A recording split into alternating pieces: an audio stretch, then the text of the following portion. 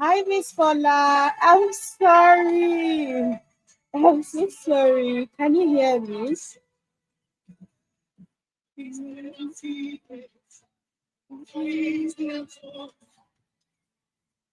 Good evening. Hi, Adesu.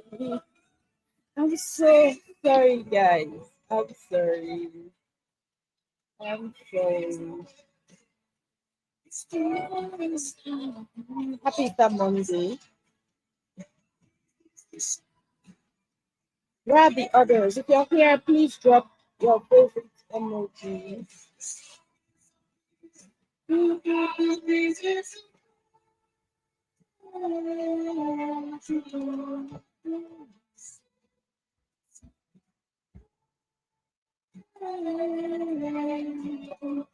you're here, drop your favorite emoji. Do you begin in 2 minutes? 9:30 on the dot will be live.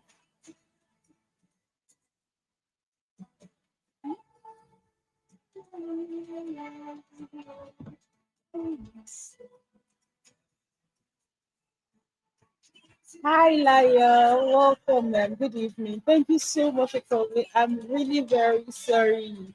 I'm sorry for the inconveniences, please.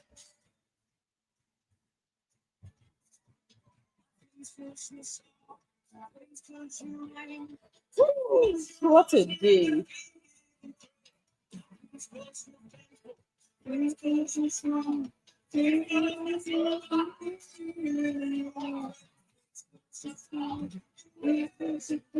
We'll begin in 2 minutes. If there's only one person here, please bring them up. Let's begin, all right? I cannot see Eduse yet. Where's Loretta? Where is Joy? Josh, Trey, and Coca. Where is everyone? Please leave them a message in the group while we're live, all right?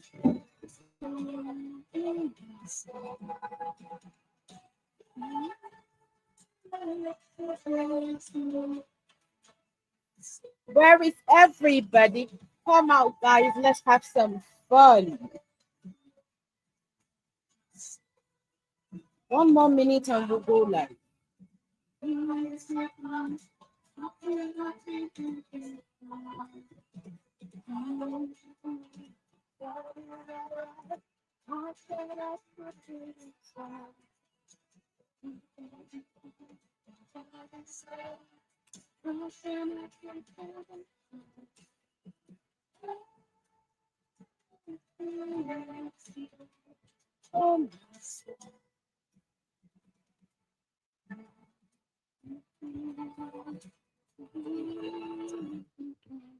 So we'll begin in exactly 1 minute. If your buddy is not in class yet, please bring them in. Let's begin at 9:30 on the dot.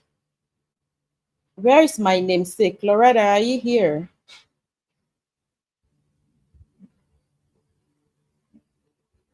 It's like the people that have not participated in this class, in our classes so far, we're just going to remove them from the group. What do you guys think? Because what are they warming benches for if they will not participate, right?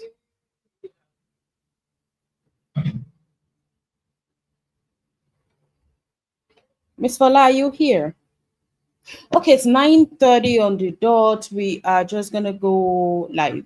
Good evening again, Beacons. I apologize very sincerely that we could not go with the trauma elicitation class session like we had previously arranged. I got the notice very, very late. I would have made maybe alternative arrangements. I'm sorry that we couldn't hold the session. I know you all were looking forward to it. I apologize. And I promise on my honor that we're going to hold that session next week, Monday. So please, if you forgive me, just put it in the comments. It means a lot to me. Please. Hey, them six. Hi, Edisa. Welcome. Oh my God, why am I losing my voice? I'm really very sorry. Please, please, please, please, that we could not hold our session that was scheduled for today. However, so we will not miss out on this week and extend the program by a week. I suggested that we go on with dream team formation, dream team coaching, and a lot of you guys agreed, and here we are. So let's just dive right in. Marriage is a lot like football. Of course, and it takes a lot for a team to play. If you can hear me, please always drop your emoji so that I will know you are still following. All right. All right. So it's a lot like football. Excuse me. It's a lot like football, and we know that football is a game that is played in order for a team to win, no matter how good both sides are. Excuse me, please. No matter how good both sides are, one team is going to end up winning. You know that already, right? So when you are getting into marriage, unfortunately, a lot of us were not taught all of this. We just married because after NYC, you're a girl, you're a boy, go and get a job and get married. But then, ideally, when you're getting into marriage, you should decide what you want from it, what you want in it, what you want to do with it or through it. Then, after you have drawn out a plan, after you have made up your mind on what you're going to do in it, you're going to now ask yourself, what do you need to learn? Who do you need to become in order for you to get all of these things? All right. First and foremost, marriage is for companionship. So shall a man leave his father and his mother and cleave to his wife, and they two shall become one flesh. Companionship, and then of course, secondarily for procreation to continue God's creation agenda. Now, when it comes to marital formation, there are four levels of teams that exist. The first one is championship winners. There are a lot of talks about Arsenal not winning for a long time now. When they finally won, everybody was making a buzz about it. Championship winners occupy the top four positions, and then they are winners, right? Every team expects to win a championship, but no matter how good your team is, no matter how good mine is, one team must always win. And at the end of the day, it's not a game of luck. It all boils back down to not just the teams that have the most qualified or better qualified players. It boils back down to the teams that are most prepared and better situated in that season to win. The next one is mid-table teams. They are not interested in winning. They just want to stay on and be counted among the teams that are playing. They just survive. They're just coasting and surviving with a faint hope of an incredible season. There are marriages like that. They say they don't have any goals, they don't have any dreams. Finally, I'm Mrs. Somebody. Finally, I have a wife, and that's all they want. They don't have any goals. They're not working towards anything. They are married for the mere fact or for the sake of being married. The third one is perennial relegation strugglers. They survive by a miracle every year because they don't have what it takes to win the league. All right. And don't even have the means of getting the right coaches. This one is, if not for your mercy, it just happens that coincidentally they win and they're happy about it. They don't have what it takes to win. They cannot even afford the right coaches to be able to help them win. I doubt that they even know where to get the right coaches from. And finally, the relegated teams. They consistently lose points and trade blames till they eventually drop out. Why is your marriage failing? Because he did not take out the trash, because she did not cook 3 times a day, because she did not take care of the kids, because he cannot provide. They're always trading blames. And eventually, one day, the statement will get to court that there were some irreconcilable differences, and that's why they cannot continue. So honestly, ask yourself: Are you a championship winner? Are you a mid-table team? Are you in perennial relegation struggle, or are you in relegated teams now? If you've sincerely asked yourself, let us now go into the types of marital formation there are. I have a checklist with me, and I'm going to read each point to you. Take note and please be sincere with yourself because it's a self-check. I'm not going to run this assessment for you. Neither are you going to submit the results to me. What you're going to do is honestly tell yourself, acknowledge and accept where you are, because after walking you through the different formations, we are now going to be talking about what a dream team is and how to start building one beginning from now. The first one we have is the bossy don. The bossy don is a slave master relationship. You see, the man is meant to be worshipped, or the woman, sorry, please, the woman is meant to be worshipped, and then they are in the relationship that like slave, like a slave and is or a master. One partner has no say because the other one knows it all. Team ITK. I too know that is a name when you're growing up. My mom will say, you this ITK. Oh my gosh. Like every time they say it, I'm like, oh, not again. One spouse does whatever he likes without considering the other one's feelings. There's a relationship. This is a relationship characterized by abuse of all kinds: verbal, emotional, psychological, physical. Just because one person is being a bossy on, being bossy, wants to be the one in control, wants to be the one in charge, irrespective of what the other person feels or thinks or wants or wishes. One person's life revolves around the other person. There's absolute fear when he's around. Oh my God, you as the wife, you as the husband, or she, when she's around, you're already jittery, you're already afraid.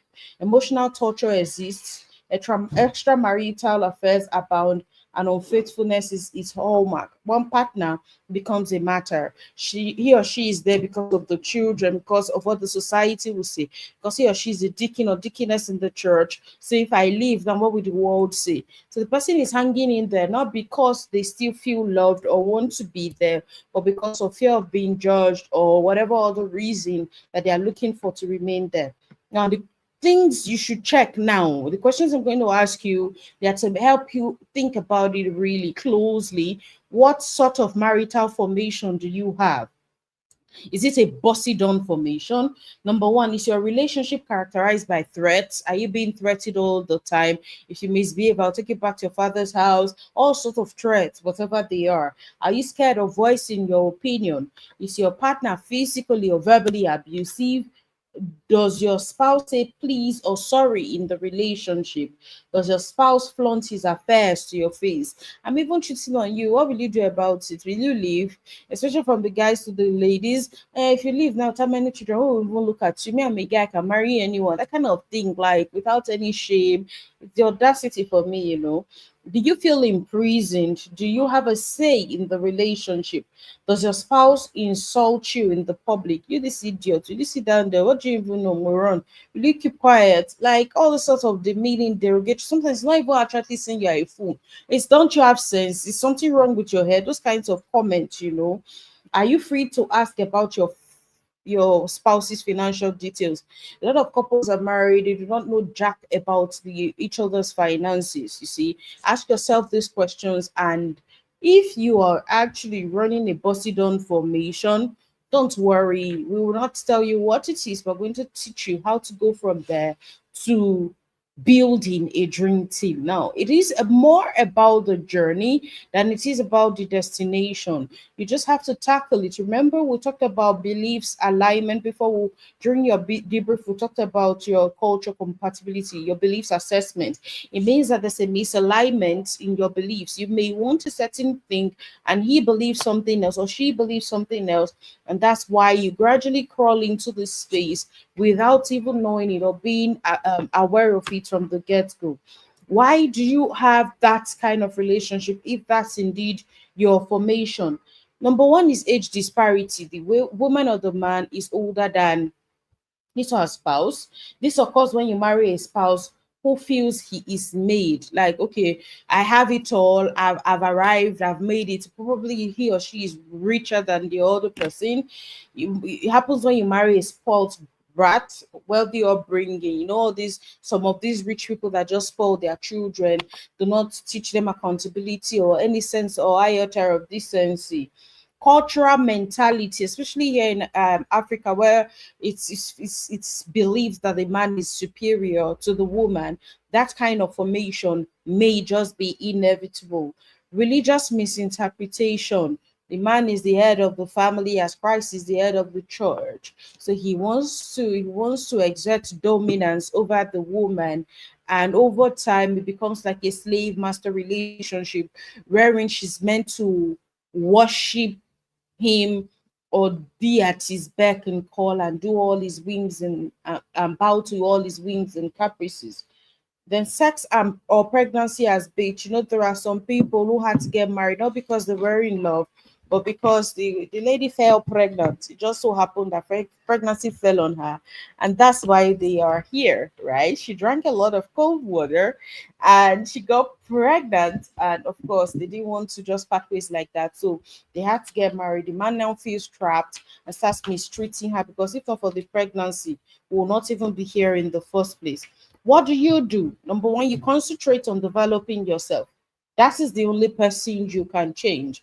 The truth of the matter is, you cannot change anyone. No matter how hard you try, people are going to always be people. So begin with yourself, the only person you can truly change.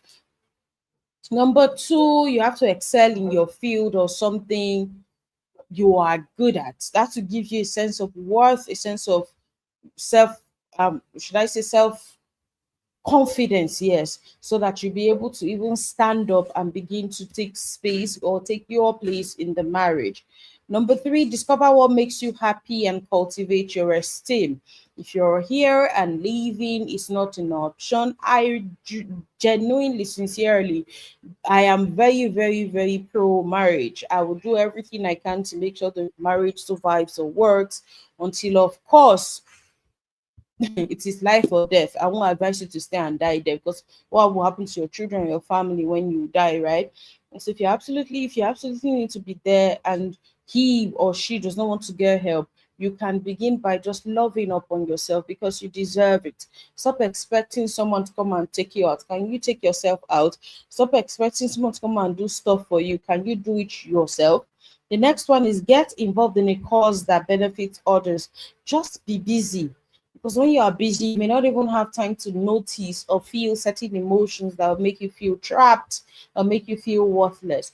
Do not desire or crave the need for should I say self-worth from someone.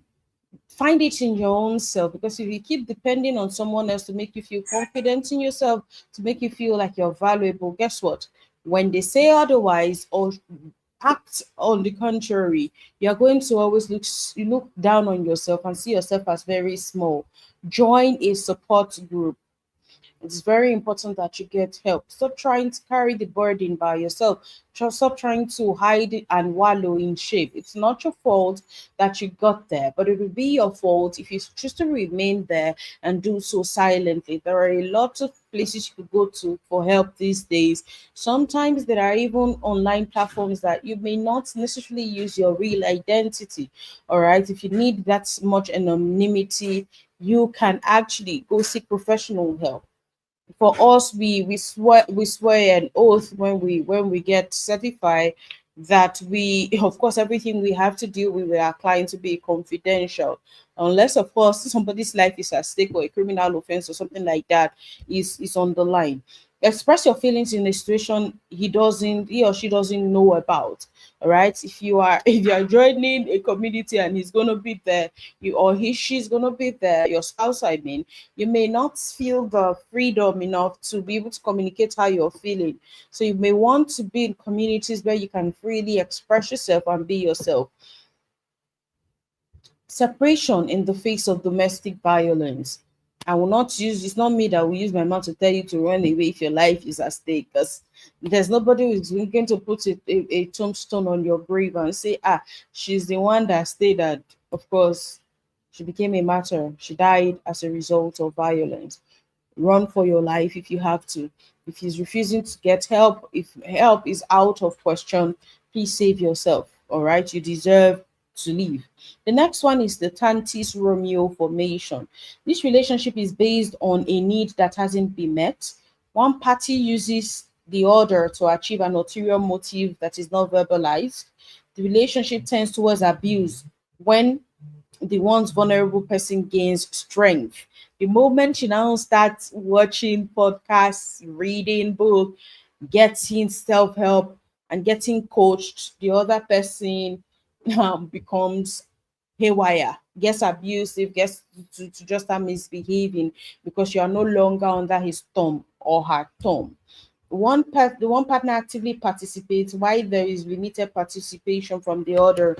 He's taking making all the decisions, he's deciding where to go for family vacations or trips. She is making sure that all the dresses they wear in the house is according to the color she prefers. Betrayal, extramarital affairs, and all forms of disappointment exist. The ulterior motive is the foundation for whatever reason. You may have married this person because she's tall and she's going to make you look a certain way because she's a beauty queen and because of a big fat nose. To not be like, she they help you. That kind of thing. There's so many reasons why you want to be in a Tantis Romeo relationship because she's rich and you want to use her to access a particular class. There are many reasons why you want to be here. So it is characterized by pseudo love at inception, but grows into threats and anger bursts later. Unstable emotional manifestation abound. The emotions of one partner are only favorable when there is a need. Once that need is met, the emotions go back to square one. You see that one person is continuously being used to fulfill the other person's desires. So the following questions are going to help you determine if your marital formation is a Tantis Romeo. The first one is, does your spouse compare you to another person or talk about a particular person? Don't you see Chiamaka? She's always looking pink. Why are you always wearing hairnet and wearing that Mama Adu t-shirt?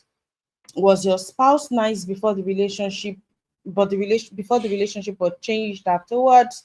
Does your spouse prefer hanging out with other people, but he doesn't want to be seen in public with you because you don't know how to dress? You're always wearing turban. Now, because a certain artist dresses a certain way, you now want to look like them. You forget that people are not married to the same spouse and that your fight is different. Does your spouse threaten to leave you? If you just make me vex now, I'll just pack and leave you. Let me see what will happen to you. How often does your spouse call you now compared to when you started? Who spends more in the relationship at the moment? It's just one person bankrolling the entire marriage just because he or she wants to stay married, not just financially bankrolling, emotionally too, with presents and gifts. No presents like NCE, not NTS, all right? You are the one who is being there trying to connect. You're the one who's always praying on the relationship, trying to advance and be better. The other person is just okay with status quo. Please, if you are still with me, I need you to drop an emoji so that I'll know I'm not speaking with myself, all right? Just say I'm here and then we can go on, all right? Are you here with me? If you are here, please put it in the comments. I need to see that you're here. Somebody tell Veronica that we're live. I've not seen her tonight. Not also seen Toyin Coca. Please reach out to them and tell them we're alive. All right. Can you still hear me? Are we together?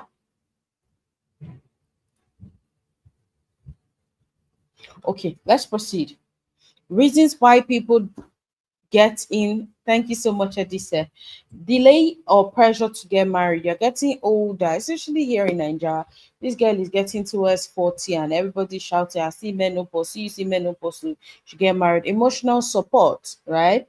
Dysfunctional upbringing, quest to leave home. When we say be legacy conscious, we're saying parents today with tomorrow in mind, because if your home is not conducive to the environment, I'm not talking about the furniture or the look of the space, I'm talking about the emotional environment and everything in between that you create in your home.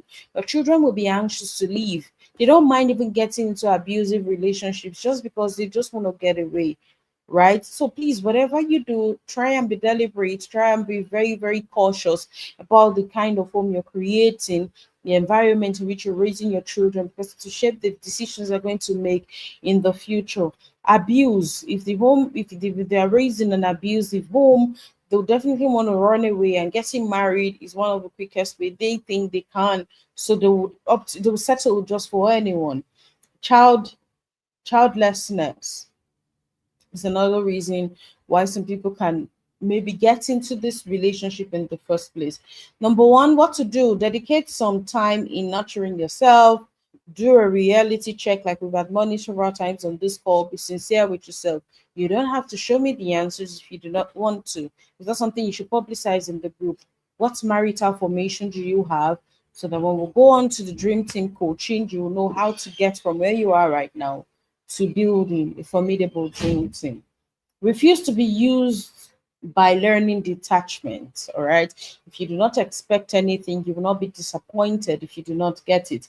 Spend time in developing your career, something that makes you happy, something you channel your strengths towards, something you are spending your time and energy on, so that you will not even have time or energy to maybe sit down and feel bad or feel sad.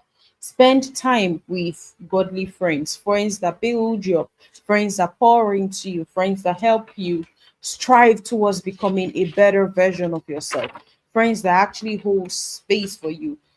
Like a lot of people actually isolate their friends when they get married, believing that you do not need friends anymore. It is a mistake, I must say, because your spouse cannot be everything to you. I'm not saying that in the context of because it cannot be everything to you, go and cheat with someone else. I'm saying that you have to have friends, people who pour into you, people who hold space for you, people who pray on you, people who love upon you. There are times when the person you want to, okay, let's say a lot of people say, my wife is my best friend, my husband is my best friend. What if that friend, that your bestie, is the person that's even causing you all now? You actually need help, right? That's why a lot of people are forced to go to their social media cousins that be online in laws and start saying things that should not be made public. And you have friends that you can confide in, you should have the right support system around you. The third formation we're going to be talking about is the Galacticos. Galacticos is just Gala with TICOS. All right. Theirs is an all-star relationship. Ask them what they think about each other, and they'll say we are both stars. That's not a bad thing. You're tempted to say, right? Right? Wait for it. Both partners play to the gallery and show off. They're doing everything they're doing just as show off, just to gain. Oh, God, when this kind, they're not doing it like pay that. They're actually in love, and that's why both partners have their individual agenda and are free to do whatever they like. To you guys, the online in-laws, they're very happy. But in the house, you have no idea what's going on with them. Nobody wants to work for the other. They are very self-centered and selfish. Their relationship is characterized by the blame game. They exhibit individualism and are highly opinionated. It is characterized by the quest to outdo each other and hold on to power. So, as a man, you buy a Lexus RX 350 today, your wife wants to outdo you, not in a positive way, because it's a power tussle, right? The person who does the most will be the one that has the most power. So she goes and buys, let's say, a Maybach, and just to feel like she's the big of it, right? Because it's a competition, it's a power tussle between the two of you. You are supposed to work together as a team. You are now fighting each other with all the resources at your disposal. The checks, questions you should ask yourself tonight so that you can decipher what sort of relationship, marital formation you have.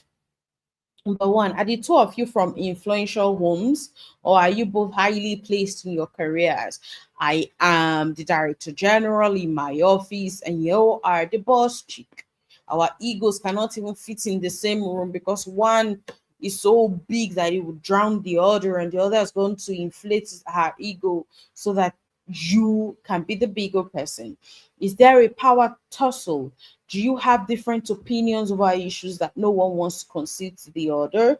Do you go ahead with whatever you like when you can't agree? Are you at par in almost every area? No grief for anybody. They just want to hold your ground. We pin. So if he says don't do this, you go ahead and do it just because you have the money, because you can do it. You are influential. Do you know who I am? Do you know my father is? So you are matching aura for aura, bad habits for bad habits.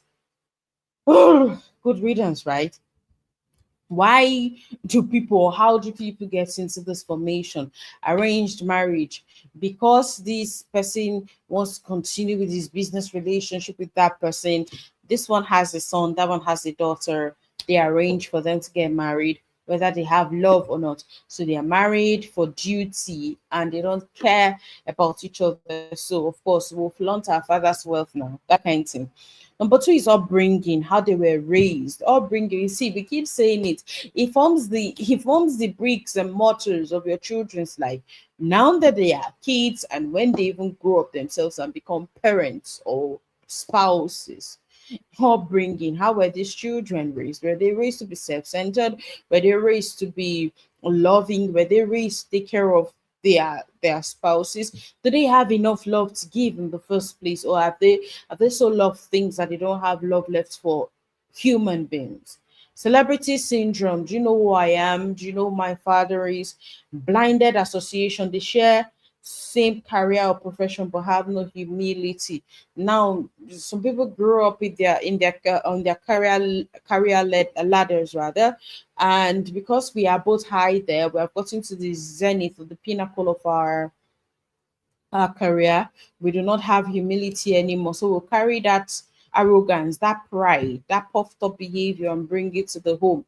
Nobody wants to mellow for the other. We just want to stand our grounds. All right. What do you do? How do you get from here to where you want to be? Number one, rediscover purpose. Be humble enough to get counseling. Drop the star toga and get down to work. Get a vision for yourself and simulate communication. The truth of the matter is, if you understood marriage as an assignment, as a divine calling, you would approach it differently, with all humility, with all sense of not just decency, but of responsibility, to be called to do this with God, to be called to be a channel through which the word will continue, to be called to continue to nurture God's agenda. It's a lot. It's a lot. So when you understand it from that perspective, you will humble yourself and you will build like you are building for God. You build with excellence in mind. You build for longevity because you want to bequeath it to your children too. Please, do you have any questions so far? Can we proceed? Just remember, I'm not just talking at you. It's not a lecture. If there's any question, don't be shy. Please ask. All right. Remember, our community is a safe space where everyone is allowed to be authentic and be vulnerable. If there's anyone who makes you feel uncomfortable by their comments, we can actually throw that person out, because if we cannot be safe around ourselves, what legacy are we building? What future are we driving towards? Why are we doing this in the first place? If you have any questions, you can drop it in the comments in here, drop it in the Beacons community, or send me a private message and we can take it up from there. But before that, can you drop your favorite emoji or just say I'm still listening, so I can know that I'm still speaking with you and that we are together? Are we together, please? Or you could just type together in there and then I'll know what together. The final marital formation we have is, okay, no, not the final. There's the dream team. The dream team is the final. The second to the last one we have is brethren, brother and sister. I've lived so long together. You're now so used to each other. As you finish, have entered, where you are now seeing each other as brother and sister. Both parties really want to stay together, but lack all it takes. Assumption is the hallmark of this relationship. There's a display of perfection outside, but there's brokenness inside. They are just together as housemates, but emotionally apart. One partner is married to the children, while the other is lonely. If you are guilty, please take note, all right, so that we can learn to do better. Yeah, a lot of us ladies were guilty of this. Once you have children, you now say, you are dedicating your time and energy and all to your children. It's very, very wrong, because these children will get married and leave you one day. Someday soon, 20 years is soon. It'll fly by in no time and they'll be gone. What will be left for you is just you in a lonely home or with your housemate that is supposed to be your husband or your wife. Okay, but we're talking about moms, right? Guilty. So dads are also guilty too. So let's learn to do better, okay? One partner is okay, well said that they no longer enjoy each other's company but have to stay because of their anchors, people, their children, and religion. That's why a lot of marriages are holding in this country, like a huge percentage, you'll be amazed. I do not have the data to back that up, but I believe that if we're being sincere with each other, we have seen a lot of couples, we know them, we probably are some, because we're just there because of our children, because our parents will frown at it, or society will label us. That's why we're sitting there. What questions do you need to ask to be able to decipher the kind of formation you have? Number one, do you still enjoy your marriage? Number two, do you go out alone by yourselves?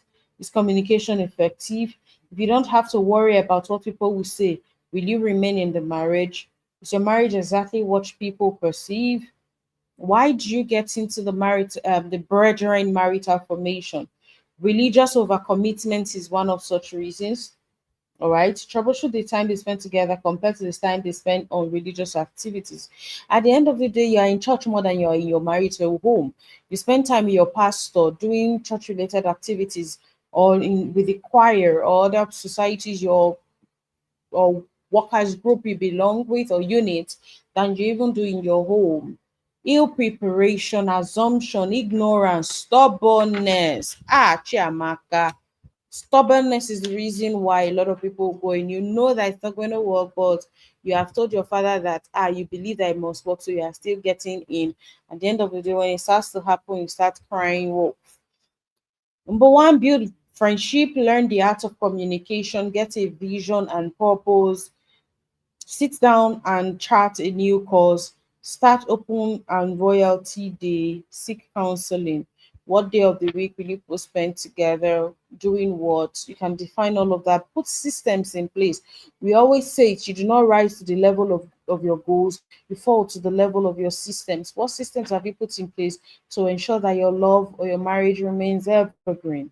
All right. And the final one is the dream team. That's why we're here today. How can we take you from being a Poseidon, Tantis Romeo, Galacticus, brethren, to becoming a dream team?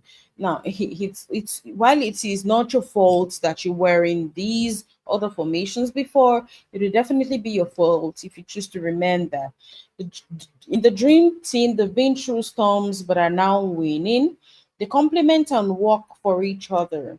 We're there because we love and care for each other, and we're we willingly and gladly do things for each other because it is done from a place of love and support, not from a place of vaingloriousness. They understand each other and relate with each other the way they love to be treated. You know his love language, you know her love language, you know their temperaments, you know their personality types, and you walk around them with that knowledge. They accept losses and share gains. They have a good sense of purpose. They have absolute understanding. They have worked at their relationship. They have the willingness to learn. They embrace departure from the old order. You cannot stay tied to the old order and expect newness in your relationship. You cannot be building according to the template your parents used because times have changed. Even when we're talking about legacy consciousness, there will still be some things our children will tweak in our marital or family dynamics. But the good thing is that they are going to be tweaking towards the right thing, right? Towards something better because the foundation is there already. We've brought them up right. We've armed them with the prerequisite knowledge and skill set.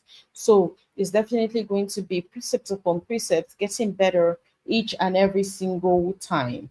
For dream team, how you would ask you the questions to ask yourself is, why did you marry your spouse and why did he or she marry you? Do you have a clearly written down vision and mission statement? What values drive your home? Do you regularly sit down to discuss the relationship? If you can do a business development process, then you should do a marital development process too, or have a marital development strategy. Because if you want your business to work, why is your marriage not that important to you? Reasons: it is possible for every marriage to get to this level, but it requires work on both sides. You have to make up your mind, make the decision that you're going to commit, putting in the work to be better, to do better, no matter how long it's going to take. You're going to commit to the process of unlearning so that you can learn and then relearn when the time comes for you to change whatever is obsolete according to the season or time you are in. Some basic ingredients are needed to build the dream team marriage. And in this case, only people who are dead to self can actually build a dream team marriage. I tell people that it takes two stupid people to build a dream team marriage. I'm sorry, please, I was muted for a while. I say I used to tell people that a lot of people that it takes two stupid people to build a formidable marriage, a marriage that is built to last. Because sometimes over sabi, ITK that used to make people behave a certain way. You think say you wise, those kind of things. All right. Now that we've talked about marital formation, questions to ask yourself to know which one you're running, what reasons why you got there in the first place, and what to do. Let's talk about the making of the dream team. If you are still with me, could you please say yes in the comment section? Are you following? I'm just going to take a sip of water while I wait for you to drop your comments. If you are still with me, please drop your comments while I sip water, and then we'll go on to the making of the dream team.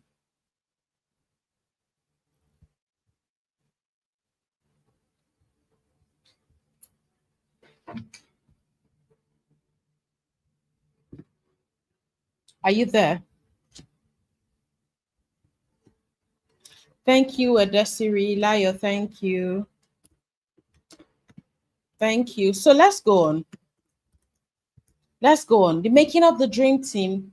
To make a dream team, to make the kind of marriage that your children will look at and say, oh my God, I want this kind of marriage when I grow up, we'll be looking at talent, skill, vision, values, purpose. We'll be looking at fitness, teams, understanding, development. All right, your strategy and your technical crew. Now, these things in isolation by themselves have different meanings, but when it comes to the dream team, they mean differently. So I'm going to read the meanings to you, discuss them with you, explain them to you. Please take notes if you must, so that you can begin to build, take note of what you would do, what they mean, what to do, so that you can begin to build a dream team. All right, it's not a wishful thing. It's not something you wish for. It's something you have to actively, deliberately, intentionally put in work into, so that you'll be able to get from where you are right now to building a formidable team, a team that is in the Champions League, that is meant to win, that is built for winning. All right. The first thing is your talent. I'm not talking about this from the point of view of what you were blessed with as per the raw gifts you're giving. I'm saying your ability to love in the rawest state, right? But then, how's it being suppressed by, okay, your husband or your wife not speaking your love language, and you have not said anything about it, because you're like, does he not know that I don't like chocolates? Why did he buy me chocolates? Why did you not help me wash plates instead of buying me chocolates? You keep wishing that he or she will read your mind without necessarily telling them what you would love and what you prefer, right? Have you been able to sustain a relationship before? Have you ever been in love? What was being in love like for you? How do you recognize love when you see it? Do you trust your spouse or people? Absolutely. These questions could come to bear when it comes to checking your talents. In this case, your ability to love. Have you ever been in love? What did you feel in comparison with what you are feeling right now? Are they the same? Is it better? Right? What was being in love like then? Do you recognize love when you see it? Right now, think about it. Are you in love with your spouse? What are you feeling towards him or her? Do you trust your spouse, or you feel like, it's just vibes and inshallah, because at the end of the day, oh my God, this person is just doing his own thing or her own thing, and I'm just here because of the children, because I have to stay married, or I don't want to be stigmatized. The next one is skill acquisition. This is your processed talent. Why talent is natural skills, it must be cultivated and developed intentionally. What skills are you building? What skill sets do you have? Right? How many books on relationships have you read? How many courses have you taken? Have you ever applied what you've read? What has changed in you in the past 3 years? All these things will help you think about your marriage or your dream team formation in the area of skill acquisition, right? What what are your personality weaknesses? Some people do not even know their personalities, how much more their accrued weaknesses, right? What communication and negotiation skills have you developed? Are you able to negotiate for what you want, or do you hold your spouse ransom? You see, some people will say, it's when you're about to have sex that you should ask for what you are looking for. So you now make that something that's supposed to be pure and genuine. You now make it something that is a negotiation tool, an avenue for you to extort your spouse to get what you're looking for before you can give. So it's now transactional. Do you always win, or would you rather do what is right than be right? You see, because you want to be the one that is winning, you want to be the one that is most correct. Guess what? You will land yourself in big trouble. Like I said earlier, it takes two stupid people to live together in harmony, because you must be able to look the other way. I'm not saying that when things are absolutely going wrong and there are things that need to be fixed, that you should just play dumb or be dumb or dumber. No, looking the other way means ability to have to tolerate each other, to see that, okay, this person is actually from a place of genuine lack of knowledge, right? But he's committed to learning, committed to putting in the work to become a better person. So with that patience, with that understanding, with that ability to tolerate, you would be able to build your dream team. All right. The next one is your vision. The vision is the clear picture of the future you want to see. The vision results when there is no uniformity in your vision. What future are you building? What life are you building together? Do you even have a direction you are headed? What's your self reflection like? Two of you as one body. What are you reflecting?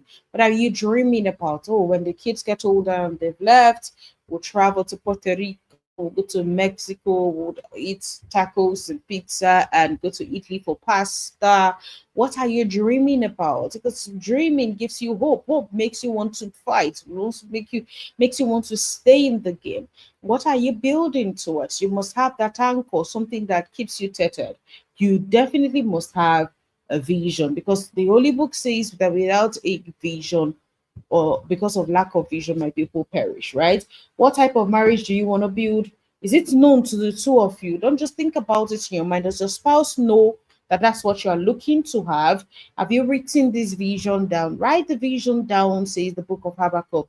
Make it plain. Though it tarries, it can never be denied. So when you have this vision together, when you're even sick, and you remember that, say, oh, we said we're going to travel the world in 80 days. Better don't die on me. You're giving your spouse a reason to want to be alive, a reason to want to fight, a reason to want to stay or hang in there. Do you discuss this vision regularly? Do you talk about it? Does it still excite you? Does it still give you the thrill when you discuss it? Is it clearly written, and is everyone around you aware of it? We're going to build conglomerates together. We're going to make the world a better place because of our union and all the greatness and awesomeness we're going to birth through it. Do you still remind yourselves of these things, or have you allowed the hustle and bustle of everyday life rob you of the ability to dream or be hopeful? The next one is values, or your DNA code. During our introduction, I think, or our initial class, one of our earliest classes, I taught you guys how to turn your values into a DNA code. So, what codes must be found in our DNA? What route to our envisioned destination must we embrace? If we know we're headed towards building a formidable family, who are the allies we're going to have? What other families do we need to liaise with so that we'll get from where we are to where we want to be? As much as it is okay to be agentic, to be self-reliant, you need a network of formidable allies.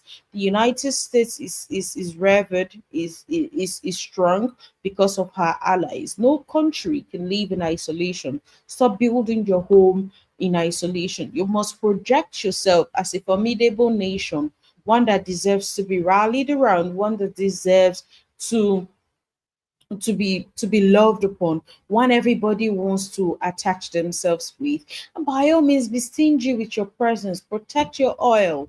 You cannot be close with everybody. You must learn to deal with yourself and be okay with it. You must grow your self-esteem to the point where you recognize that everybody cannot be your friend. It is not arrogance, it is not rudeness. If I'm friends with everybody, I am no one, because I won't have time to be my own person. Neither will I have time to pour into the people that I love or put into my work. So it's okay to just make your cycle small, but by all means, make sure that you have allies, because you cannot be a sovereign state if you do not have allies. Who are the people that who are in your ministries? Just like a country. Who are your ministers? The Minister of Education, your Minister of Transport. What transport company do you go to every single time that you need to travel? Right? Do you have that? What hospital do you visit when you need to go to for medical checkup or for healthcare purposes? Do you have an insurance company that you are with for the purposes of planning your future just in case anything happens? Or are we still in the God forbid era and hoping that by a stroke of luck everything will just be fine? Right? What are the coaches? I'm sorry, please. What are the coaches, or who are the coaches rather, that you are in connection with, that are perpetually guiding you through seasons and times in your home? What community do you belong in that teach you every single time to be better? The Excellent Parent Tribe is there. Are you even active in the community? Or do you just see it as just another WhatsApp group that is just occupying space and catching cobwebs in your phone? It is very important that you keep all these things on top of your mind, because it's part of what you will teach your children in the future. I've come to realize that in this country of ours, and I bet in many other countries in the world, money alone does not cut it. You can be very rich and things will still mess you up. You must definitely have people, because the truest, the realest gifts we have is indeed the gift of men. So stop saying, I don't like people. I don't love to like talking to people. See, in this day and age, you are being a disadvantage to your family if that script is still what you're playing. You must evolve, reinvent yourself, gain mastery of yourself so that you go out of your own place. There's this lady I was with in one certification program I was in, and I actually loved the way she thinks, or she thought at the time, the way she was, the comment, the sort of comment she was dropping, was just something about it. I didn't even wait. I didn't want to second guess myself or get in over my head and start telling myself rational reasons why not. I sent her a voice note so that she could feel my energy, so that she could hear my voice. And I said, hey, you there. My name is Loretta. I love the comments you're dropping. I love your spirit. There's something about your vibes I want to connect with. And if you're looking to connect, this is the value that I bring to the table. I'm very resourceful. I'm very dependable. Let's do this, shall we? And she chuckled and she's like, oh my God, I love your audacity. And that's how we picked it up. If you need to write or submit an application, please do so. Humble yourself, put your tail in between your legs and do so. Because if you need them, of course, it will not do you any service or credit if you shut up about it and hope that they'll figure it out. And when you're going to build such relationships, remember to bring value. All right. Can I see values in the comments? Values, values, values, so that I'll know you are still with me. We are almost done with your dream team coaching. I hope you're getting value so far. I hope it's making sense to you. I know that all of these words you've heard before in different contexts, but in this, weaving them up together as part of your dream team, I believe is new to a lot of you. And it's okay to have questions. Please drop them in the comments or in our community together that we share together, and then I'll be able to take them so that you be clearer. But right now, can I see values in the comments so that I'll know you're still here and you are still following? Are you still with me? Thank you very much. The next one is purpose. Purpose is the reason for coming together. Why are you? Thank you so much, Edisa. You're far too kind. Why are you together? Why? And once it is not clearly understood, selfishness will take over, and one person will be consistently used. At this stage, marital crisis becomes inevitable. Purpose helps you appreciate the prize. Why are you together? We are together because we are part of God's agenda to populate the earth with children, with families who are going to rule it, to subdue it, to dominate it till Christ comes. Why are you together? You may just be here for the purpose of companionship, so you will not be building your life or your family according to mine. Your legacy consciousness will be different, right? Why are you together? To ensure that your families, your children, and their children after them have all that they need to live a better life than you did. So you are thinking about generational wealth and a godly legacy. Why are you together? Ask yourself tonight, why am I even in this marriage? Why did I marry this man? Why did I even marry this woman? Right? Why did you marry your spouse? What's his proposal? Why are you in this relationship? Why are you a wife or a husband? Why are you a man or a woman? We've talked about understanding humanity before. So if you do not know who you are, God's purpose for you as a woman, how would you be able to support a man in birthing the vision that you have built or written or created together?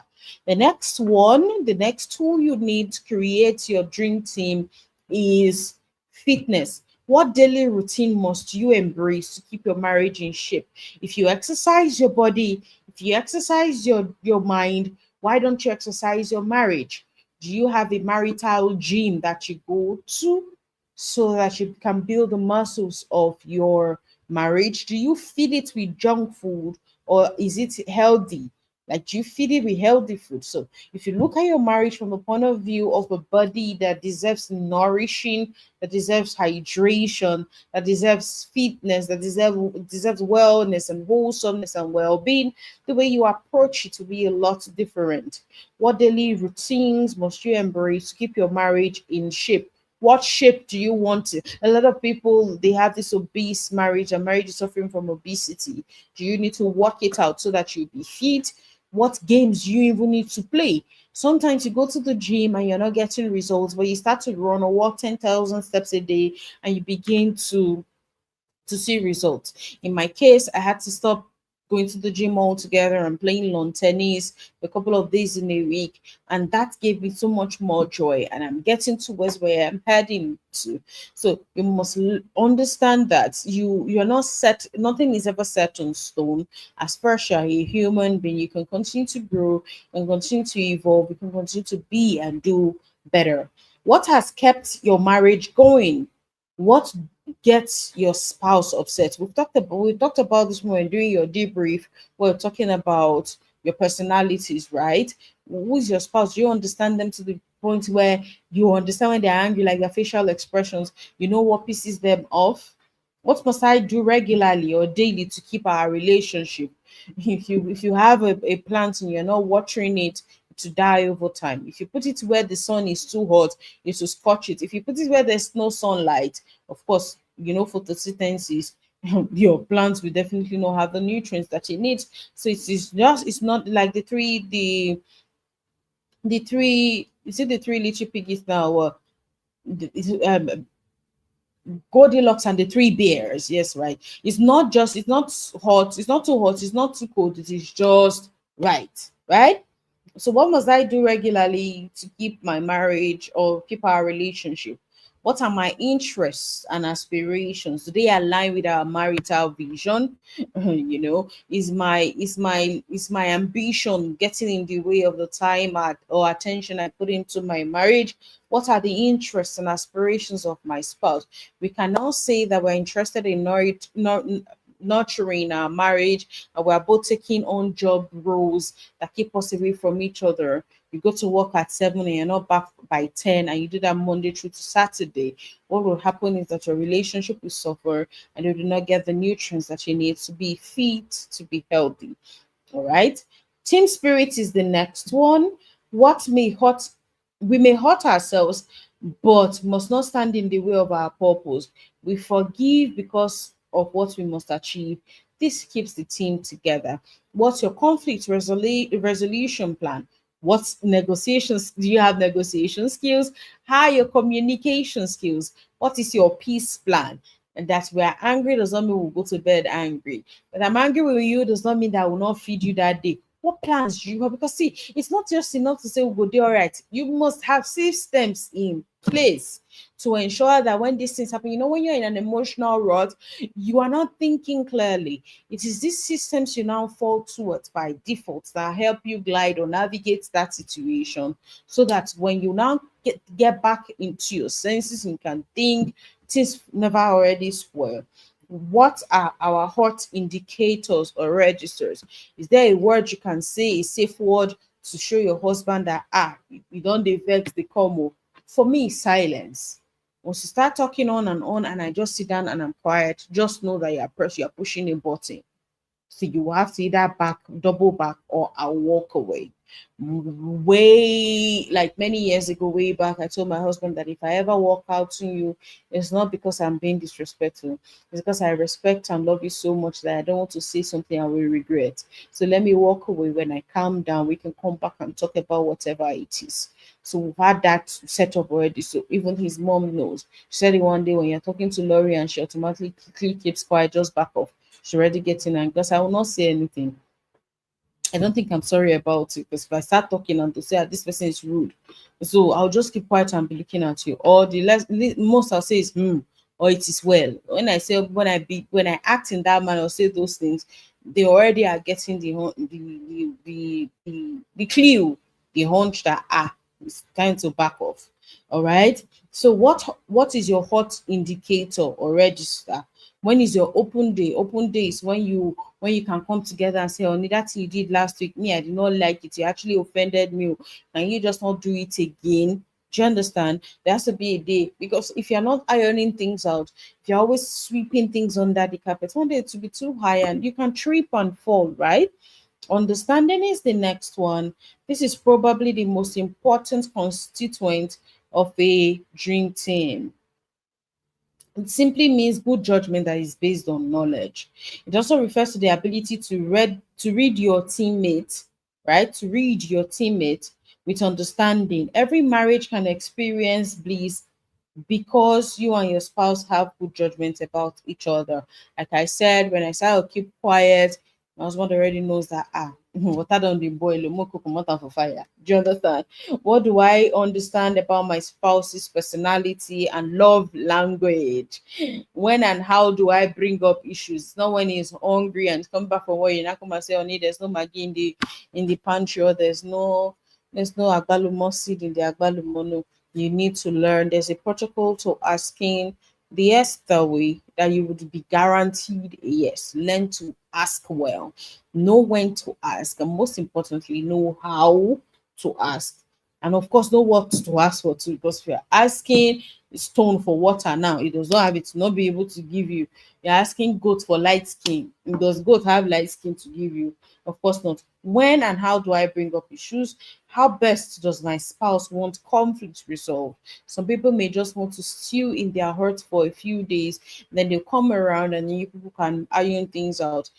Don't go and start charging at them and saying, hey, that thing that happened today, let's talk about it.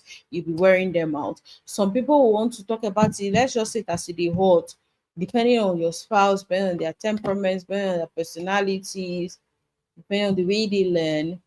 Please act accordingly. What are the threats to our relationships? Is it your phone? You used to stay on the phone too much. Is it your password? You have locked everywhere but locked, so much so that now you're not sparking up suspicion. Is it that before your phone will ring, now you run into the toilet and hide there before you pick it? There are some things that ordinarily, but it's not like you would have been suspicious, but there are some things that somebody will not be doing that will making you feel like, What are you even hiding, sir? Before, anytime I walk into the room, you now be saying, I will call you later. I'll call you. Why are you always paying the person pada? What's going on? Why can you not pay the person right now that I'm here? You're unnecessarily raising suspicion. And when the person is not suspicion, you'll be gaslighting them. How dare you? Don't do you think I do not care about our marriage? Really, this is avoidable. Preventative miracles. Please. If you can prevent it, please do. And you, all of you like this that listen to the sound of my voice, you say you want to have his passport, you say you want to have a passport, they now give it to you, you will now snoop and go and see somebody saying hello, hello honey. Me personally, I don't know why you're calling me dear when I'm not in love with you, why you're using endearing words with me. It used to piss me off because somebody will now go and see dear in my phone and be thinking pay that I'm doing anything. People leave me alone, heaven is the goal here. Do you understand? So if you know that if you know that the words you are using will spark up confusion or spark up suspicion, can you do better? I do not. I make it a point of duty not to type ambiguous messages. By ambiguous messages, I mean messages that have two meanings. That you can connote a meaning to the or denotative have denotative meanings, or is it connotative or denotative in this case? Okay, please, what we did the other day was fantastic. What did we do? See me see trouble. What did we do that was fantastic?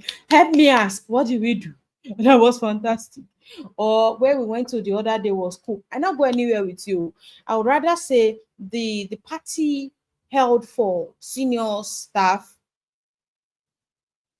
The party held for senior staff was interesting. Go and bring that thing that I kept there.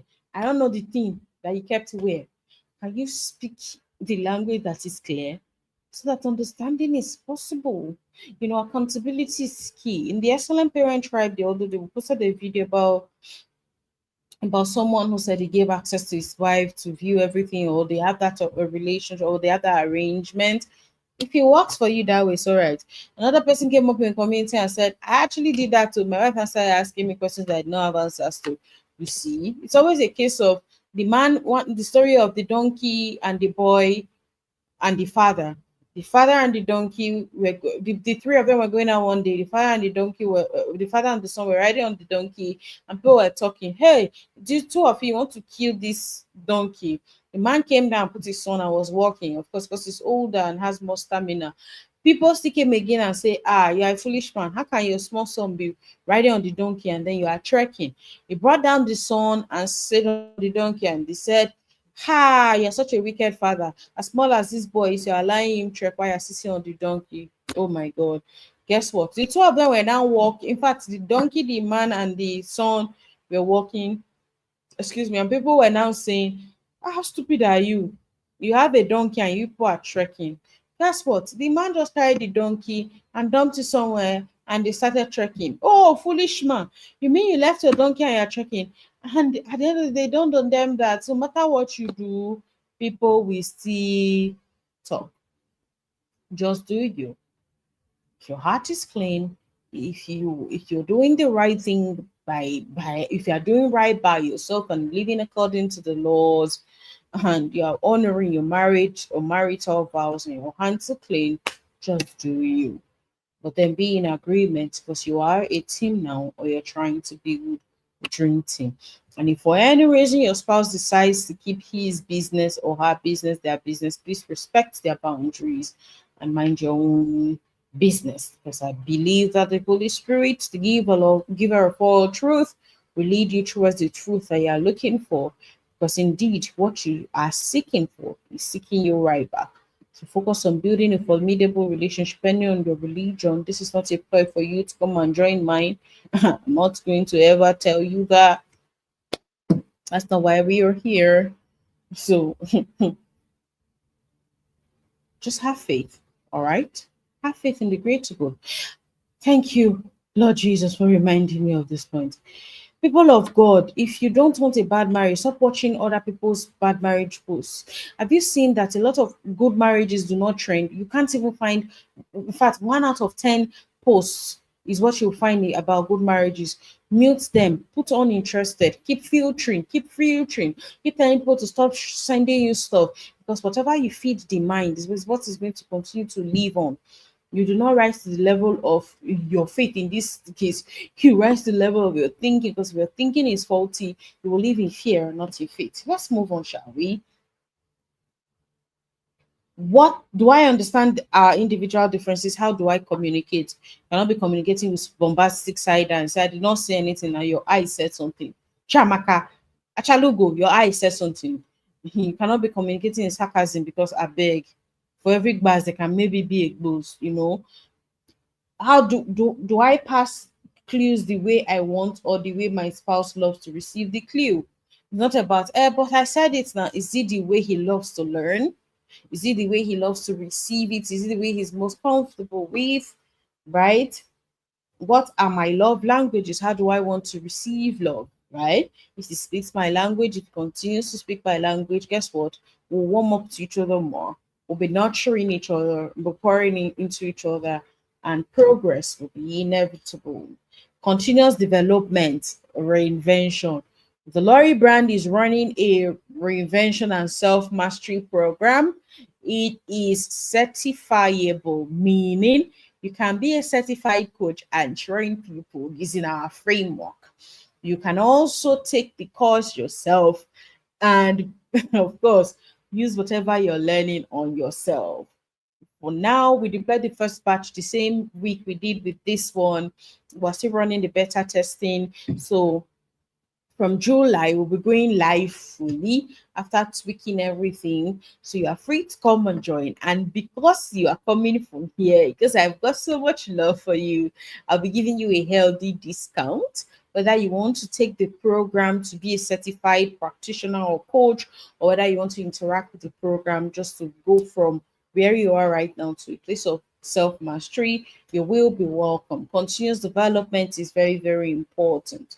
All right. There will be, we'll look at your relationship relationship interaction preferences, your learning path. How do you learn? We'll talk about that. What limiting beliefs do you have? Your personal beliefs, are they limiting or empowering beliefs? We'll look at the way you interact with others, right? It's a very robust curriculum we're running in there. Of course, you are here, and so you should give you an incline as to uh, how badass that would be. Pardon my French, please. Pardon my French. Okay, continuous development. This helps you understand the power of change of appetite and how to respond accordingly. You cannot be feeding your married junk and expect it to be healthy and fit, and expect it to not have diseases or sicknesses. You need to change your appetite. You need to learn to eat healthy, feed your marriage healthy food so that you can continue to be healthy and fit and strong. All right. What new way can I do what I did yesterday? If I served my husband a wonderful meal, how can I make it better the next time? If I give my wife some fresh flowers, how can I make them more presentable next time? What new strategy would my spouse want me to adopt? What new style would you want to try? So that you can freak it up, right? So every time, be missionary, missionary. Have you ever consulted with a sex therapist? Do you even know any? Or you still doing a holy ada, right? What new book in the market is in the market about my spouse? Do you even read about the male gender? Do you even read about the female gender? Because in reading about them, you are able to understand at a fundamental level why men behave a certain way. Men are from Mars, women are from Venus, this sort of things. What level has my spouse attained professionally? How will we be able to support? Sometimes he's coming to tell you about his dreams and aspirations, and all you're doing is wow, wow, wow, wow. She ambulance, well done. I celebrate you. Strategy. This is a critical tool in winning every marital war. Don't fight. See, don't leave your marriage from noise. Leave it from the voice of God. So stop trying to play checkers when people are playing chess. I was discussing with somebody about side chicks, and I'm like, why? do a lot of people tend towards them? And she's like, because some men are cheating nature. I'm like, will you believe that it's not, sometimes it's not really about the sex, it's not because they are good at it, it's because of the environment they create, that the men want to be there. When they come into the home, this girl is smelling nice. You know that there are perfumes, they're called pheromones. There are illicit pheromones that make you already primed to want to do just from coming into the space. Their room is smelling like $1,000,000, smelling rich, soft, and feminine. Their robes or nightwear are silky and luscious and beautiful. Meanwhile, you are still wearing a Adi Mama t-shirt and wrap and wearing that hairnet you have not washed since 200 years ago. Their nails are well, see, manicured, whether they are short or long, their nails are properly kept. They have made the nails, and in fact, if they did not even cook the food, because most of them say most are big cook. Guess what? Go and buy food and pack them in little dishes or Chinaware. And when he comes, they're not thinking about anything. So they will have time to sit with him and pamper him. So talking to him and massaging his leg or rubbing his head, he has peace. So most of the times it's not sex they sell. Maybe that piece, maybe that listening. Yes. Some of them are very smart. Oh. They go school, they know book, they know what they change position. You are just talking the past. You want to try something. The blood of Jesus. Not me, Holy Ghost. Fire. Sister Teresa, calm down. Borrow a leaf from their playbook. I'm not saying I support the ministry or the assignment. I'm saying it's 21st century, girl. Level up, level up. And I know somebody will say, upon all, somebody can still do all of these things and then they'll see cheat. You're not doing it for him, you're doing it to satisfy your conscience. Let it be on the record that I did my best. Can you beat your chest today now, and say, I did my best? They say, when you will pray on this guy, but he will reach outside, but he come back home. Have you watched War Room? I watched that earlier on in my marriage, and it taught me a lot about praying. It's not just about praying. The efficacious prayer of the righteous availeth more. Do you pray? Do you really pray? Do you know what to pray? The Holy Spirit quickens our mouth and our mortal bodies and gives us utterances and what in which to pray. What are you praying for? How are you praying it? Are you praying for selfish reasons? Or because you're praying over this fund so that he will not lose direction or lose his sense of purpose, so that he would make the kingdom of heaven at the end of the day, not because you want him to just be loyal or faithful to your marital vows. See, all these things we're talking about, a lot of us do not have these conversations. Like nobody tells us about it. So I'm thinking in the future, I would bring in different coaches, maybe on sex or marriage, different coaches together in a program or in a workshop, maybe 9 a.m. to 6 p.m. kind of workshop, where we'll be together and have these conversations. I don't mind making it for only girls, us girls, so that we can be free to unpack. Let us even talk these things very well. Of course, by bringing them together, the fee will be discounted. If in fact, should we make it a physical thing so that we can be in the same room and feel each other, the energy divide, lovely ambience, rich and sweet, yummy food, and of course, the content will be lit. Do you want that? Should we do that? Can I start putting that together? Will you be in attendance? For the Vikings that are in diaspora, oh my God, to eat mirror on this one. People will try and stream life for you. We'll give you puff puff from the count, right? Are you interested? Or maybe we'll make it a virtual experience. If it's something you're interested in, let's discuss it further in the group so that we can put it up, all right? Let's proceed, shall we?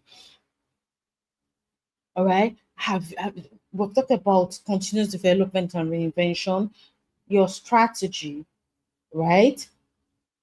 It helps you deal with situation based on best practice and helps you deploy the best strategy depending on the person or situation you are dealing with. What strategy suits the following situation? As a newly married wife or husband, what strategy fits that situation? Married with children, what strategy will you use? Oh, the children are always disturbing you when you are doing the do. What time do you wait till they are sleeping? Will you go and drop them in their grandmother or grandfather's house? What will work for you? Will you even just make your own soundproof so that you can increase your volume anyhow you want? What strategy will work for you? Distant relationship, what strategy works for you? Single again, your in-laws, you have to have strategies, all right? Finally, Beacons, your technical crew. Every exemptional team needs an exemptional coach. Lori to the rescue, drum rolls. You need an exemptional coach, and that's why we're here.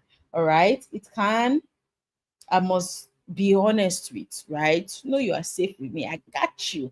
All right. Who are your marital coaches? How often will you go for marital checkup? No, I'm not your marital coach. Me, I just know enough to keep my own marriage alive. But he wants me to spill tea or get coaches for you. I am that girl. I'm your girl, and I got you. All right. All right. The final aspect of tonight's class would be how to draw up the dream team. We've talked about this when we're talking about building your family vision, and this is how the same steps you're going to use in building your dream team. The identity, who are we? What's the best description of us? Our identity is to build a team, this time around the dream team. The identity qualifier, what are we working towards that qualifies our identity? What exactly is the outcome of this identity? We are our our vision statement will now be to build a team of loving friends. You are qualifying the kind of team now, right? Of loving friends. The spin, define what unique twist your family brings to the outcome. What will make your family succeed where others have failed? What is the spin? Why will they pick yours above others? Or what will make you unique? More or less, your unique selling point. Who are free to be themselves. Our vision is to build a team of loving friends. The spin will be who are free to be themselves, who are excellence driven, who are loving and loyal, who are confident and competent, whatever the spin is for your team. The primary target, what is our primary human effect? Who is our target audience? What is realistically possible?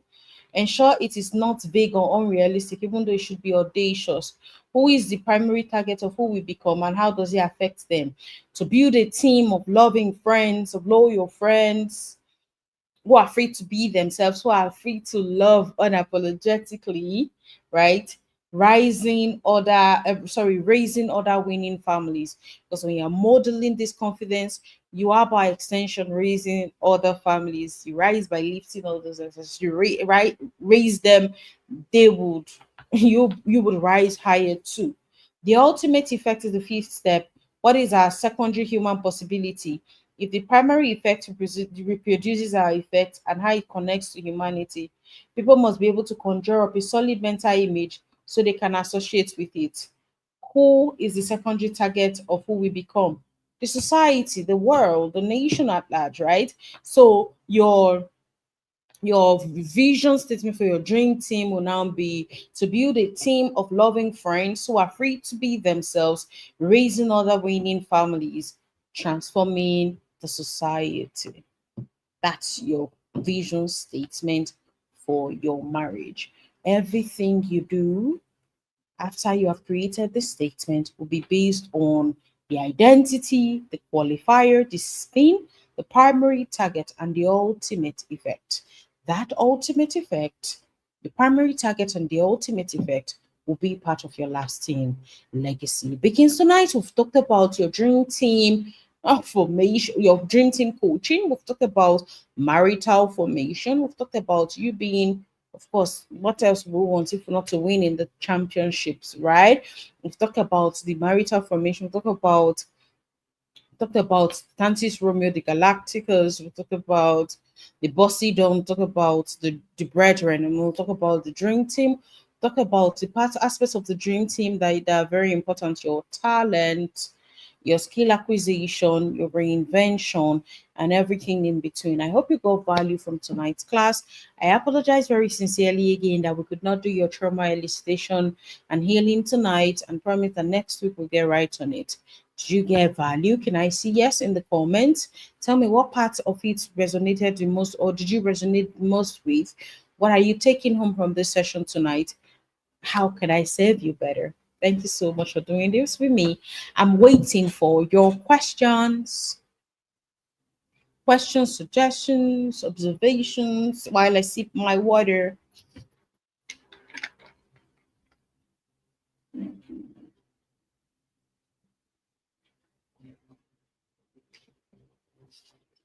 Any question?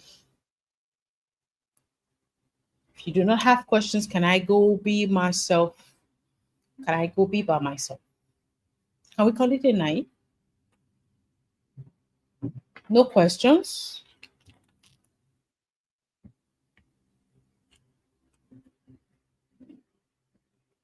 Oh, well, in the absence of questions, thank you so much for being with me tonight. Thank you so much for the gifts of your presence, for your awesomeness. I appreciate you going on this journey with us at the Lori brand. Thank you for your faith in us. We value you, we celebrate you, we honor you. Until we meet again in our next session, be excellent, stay excellent, and continue to parent today with tomorrow in mind. Good night, y'all. Good night, everybody. See ya. See you in the community. Remember to drop your questions in there. We'll take them. And if you're too shy to, send me a DM and I'll answer at my earliest convenience. All right. Good night, everybody. See you around.